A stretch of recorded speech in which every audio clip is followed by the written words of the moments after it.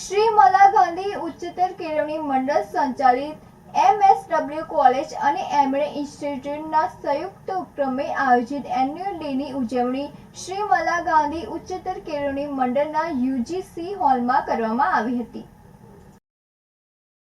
ઉત્તર ગુજરાતમાં ઉચ્ચ શિક્ષણ આપીને વિદ્યાર્થીઓના જીવન ઘડતરની સાથે કારકિર્દી બનાવતી મોડાસાની શ્રી મલા ગાંધી ઉચ્ચતર કેળવણી મંડળ સંચાલિત MSW કોલેજ અને એમએડ ઇન્સ્ટિટ્યૂટના સંયુક્ત ઉપક્રમે આયોજિત એન્યુઅલ ડેની ઉજવણી શ્રી મલા ગાંધી ઉચ્ચતર કેળવણી મંડળના UGC હોલમાં કરવામાં આવી હતી. જેમાં મંડળના પ્રમુખ મહેન્દ્રભાઈ V. શાહ તથા મુખ્ય મહેમાન અને ઉપપ્રમુખ એવા ડોક્ટર ઘનશ્યામભાઈ J. શાહ તથા અતિથિ વિશેષ અને દાતા પ્રોફેસર અરવિંદ કુમાર J. મોદી તથા કોલેજના દાનવીર ભામાસાના પુત્ર અનિલભાઈ K. પટેલની અધ્યક્ષતામાં આ સમારંભ યોજાયો હતો. ઉઠો જાગો અને ધ્યેયની પ્રાપ્તિ સુધી મંડ્યા રહોના સૂત્ર સાથે કોલેજના વિદ્યાર્થીઓએ શિક્ષણ, રમતગમત, યુનિવર્સિટી અને કોલેજ કક્ષાએ સફળતા મેળવીને કોલેજનું નામ રોશન કર્યું છે. તેવા વિદ્યાર્થીઓને શિલ્ડ, મોમેન્ટો અને સર્ટિફિકેટ આમંત્રિત મહેમાનોના હસ્તે અર્પણ કરીને વિદ્યાર્થીઓને પ્રોત્સાહિત કરવામાં આવ્યા હતા. 2025માં 16મા વાર્ષિક ઉત્સવની ઉજવણીમાં વિદ્યાર્થીઓ દ્વારા રજૂ કરેલ સાંસ્કૃતિક કાર્યક્રમમાં વિવિધ કૃતિઓ રજૂ કરીને સ્ટેજ ગુંજવી નાખ્યું હતું અને ડાન્સ, ગરબા અને વેશ સંગીતના તાલે કોલેજના વિદ્યાર્થીઓ મન મૂકીને ઝૂમ્યા હતા અને વાર્ષિક ઉત્સવની મોજ માણી હતી. સમારંભના મુખ્ય વક્તા ડોક્ટર નિશાદ ઓઝા, જાણીતા કેળવણીકાર અને શિક્ષણવિદ અને સિનિયર લેક્ચરર, જિલ્લા શિક્ષણ અને તાલીમ ભવન ઈડર દ્વારા વિદ્યાર્થીઓને પ્રવર્તમાન આધુનિક યુગમાં ચાલતા ટ્રેન્ડ મુજબ ઉજ્જવળ કારકિર્દી બનાવવાની મહત્વની બાબતોની રજૂઆત કરીને કોલેજની શૈક્ષણિક અને એન્યુઅલ ડેમાં વિદ્યાર્થીઓને શિલ્ડ અને સર્ટિફિકેટ આપીને સન્માનિત કરતા જોઈને પ્રભાવિત થયા હતા અને વિવિધ કોલેજની પ્રવૃત્તિઓને બિરદાવી હતી. વર્ષ 2025ના એન્યુઅલ ડેના પ્રારંભે MSW કોલેજના પ્રિન્સિપાલ ડોક્ટર હરીશકુમાર પટેલ અને MSW કોલેજના પ્રિન્સિપાલ ડોક્ટર રાકેશભાઈ પ્રજાપતિ દ્વારા પ્રાસંગિક પ્રવચન અને સ્વાગત પ્રવચન થકી મંડળના પ્રમુખ આમંત્રિત મહેમાનોને શાબ્દિક સ્વાગત કરીને આવકાર્યા હતા અને વર્ષ 2024-25નો વાર્ષિક અહેવાલ રજૂ કરીને કોલેજના વિદ્યાર્થીઓએ મેળવેલ સફળતાની પ્રશંસા કરી હતી. સમગ્ર કાર્યક્રમનું સંચાલન MSW college મોડાસાના Acharya doctor Rakesh Prajapati અને એમએડ કોલેજના આચાર્ય ડોક્ટર હરીશ પટેલના માર્ગદર્શન હેઠળ અધ્યાપક પૂર્વીબેન પટેલ અને વૈશાલીબેન ત્રિવેદી દ્વારા કરવામાં આવ્યું.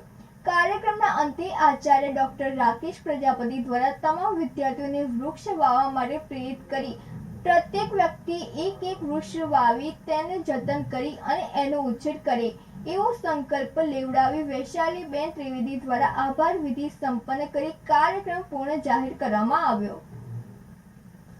ભરત કડિયા સાથે નંદિની જોશી, સિટી ન્યૂઝ મોડાસા. પ્રાંતિજ કેળવણી મંડળ સંચાલિત વિવિધ શૈક્ષણિક વિભાગોમાં હોળી મહોત્સવની ઉજવણી અતિ ઉત્સાહ અને આનંદભેર કરવામાં આવી હતી.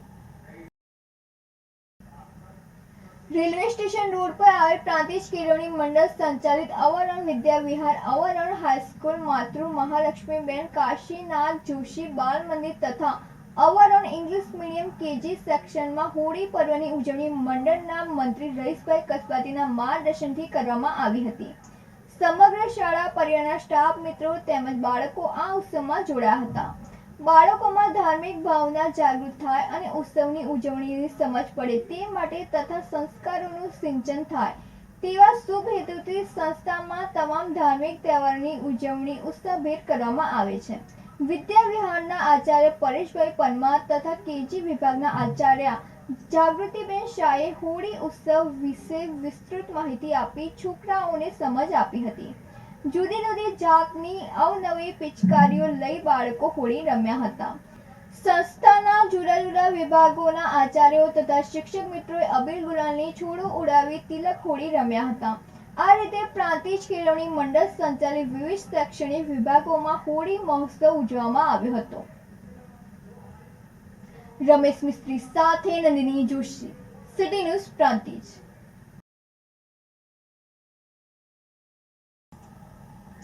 ખેબ્રમાં પોલીસ સ્ટેશનના અપહરણ તેમજ પોક્સોના આરોપીને ગણતરીના દિવસોમાં ખેબ્રમાં પોલીસે પકડી પાડ્યો હતો.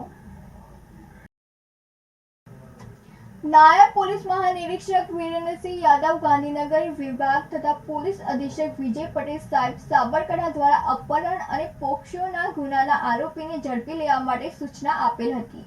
જે સંદર્ભે સ્મિત ગોહિલ સાહેબ નાયબ પોલીસ અધિક્ષક ઈડર વિભાગના સીધા માર્ગદર્શન હેઠળ ખેબ્રમાં પોલીસ સ્ટેશનના પોલીસ સબ ઇન્સ્પેક્ટર ડી.આર. પઢેરિયા અને પોલીસ સ્ટાફના માણસો તે દિશામાં સતત વોચમાં હતા અને આવા ઈસમોને પકડી પાડવા માટે સૂચના આપી હતી.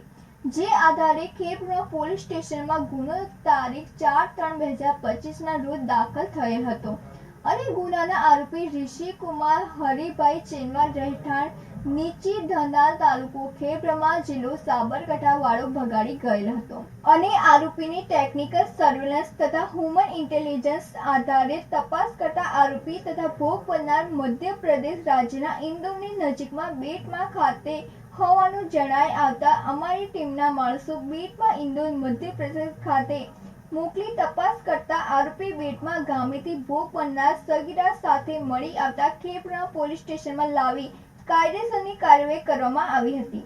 આમ ખેબ્રા પોલીસની ટીમ દ્વારા અપહરણ તથા પોક્સોના ગુનાના આરોપીને ગણતરીના દિવસમાં પકડી પાડીને ઉત્કૃષ્ટ કામગીરી કરેલ તે બદલ ખેબ્રામાંના નગરજનોએ પોલીસની કામગીરીને બિરદાવી હતી.